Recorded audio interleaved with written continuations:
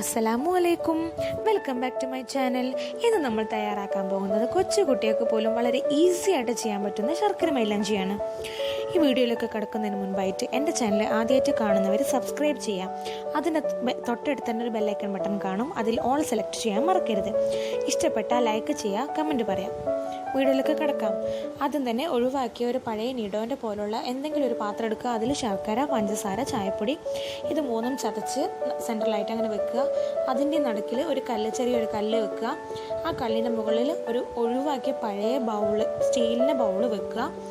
Air പുറത്തേക്ക് കടക്കാത്ത വിധത്തിലുള്ള അതിനനുയോജ്യമായ ഒരു മൂടി വെക്കുക.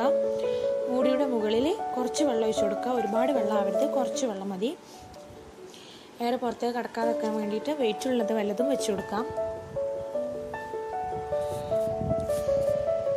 അതിനുശേഷം മാത്രം തീ കത്തിച്ചാൽ മതി.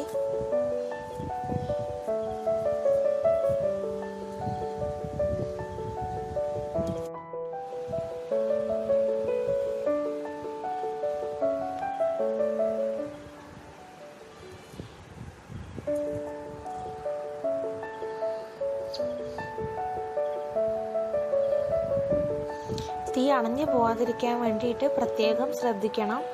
നമ്മുടെ തീ നന്നായിട്ട് കത്തിക്കൊണ്ടിരിക്കുകയാണ്. ഇതിൽ ഈ വെള്ളം, മുകളിലുള്ള വെള്ളം ചൂടാവുന്ന ഇവിടെയാണ് അതിൻ്റെ സമയം.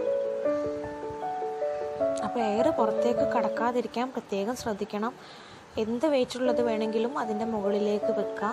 എന്നിട്ട് ശരിയാവണില്ലെങ്കിൽ ഒന്ന് കൈ വെച്ചൊന്ന് പതിയെ പ്രസ് ചെയ്യുക. പാത്രം ഇളകാൻ പാടില്ല.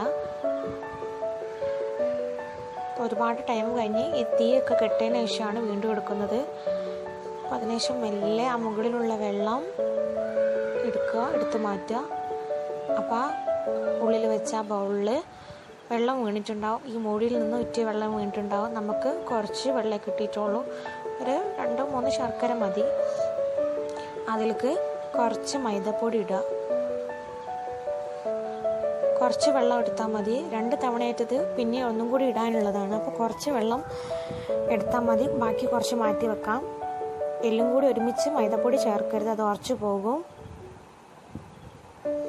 അതിനുശേഷം ഒരു മൈലാഞ്ചീൻ്റെ തിക്ക് വന്ന വിരലിട്ട് കൊടുക്കാം. ഇതിട്ട് കഴിഞ്ഞ് അവസാനം ചോന്നതിന് ശേഷമുള്ള ഒരു ഫോട്ടോ ഞാൻ ഈ വീഡിയോൻ്റെ ലാസ്റ്റ് ഇടുന്നുണ്ട്. അപ്പോൾ ഈ വീഡിയോ ഇഷ്ടപ്പെട്ടാൽ ലൈക്ക് ചെയ്യുക, കമൻറ്റ് പറയാം. സബ്സ്ക്രൈബ് ചെയ്യാത്തവർ സബ്സ്ക്രൈബ് ചെയ്യുക.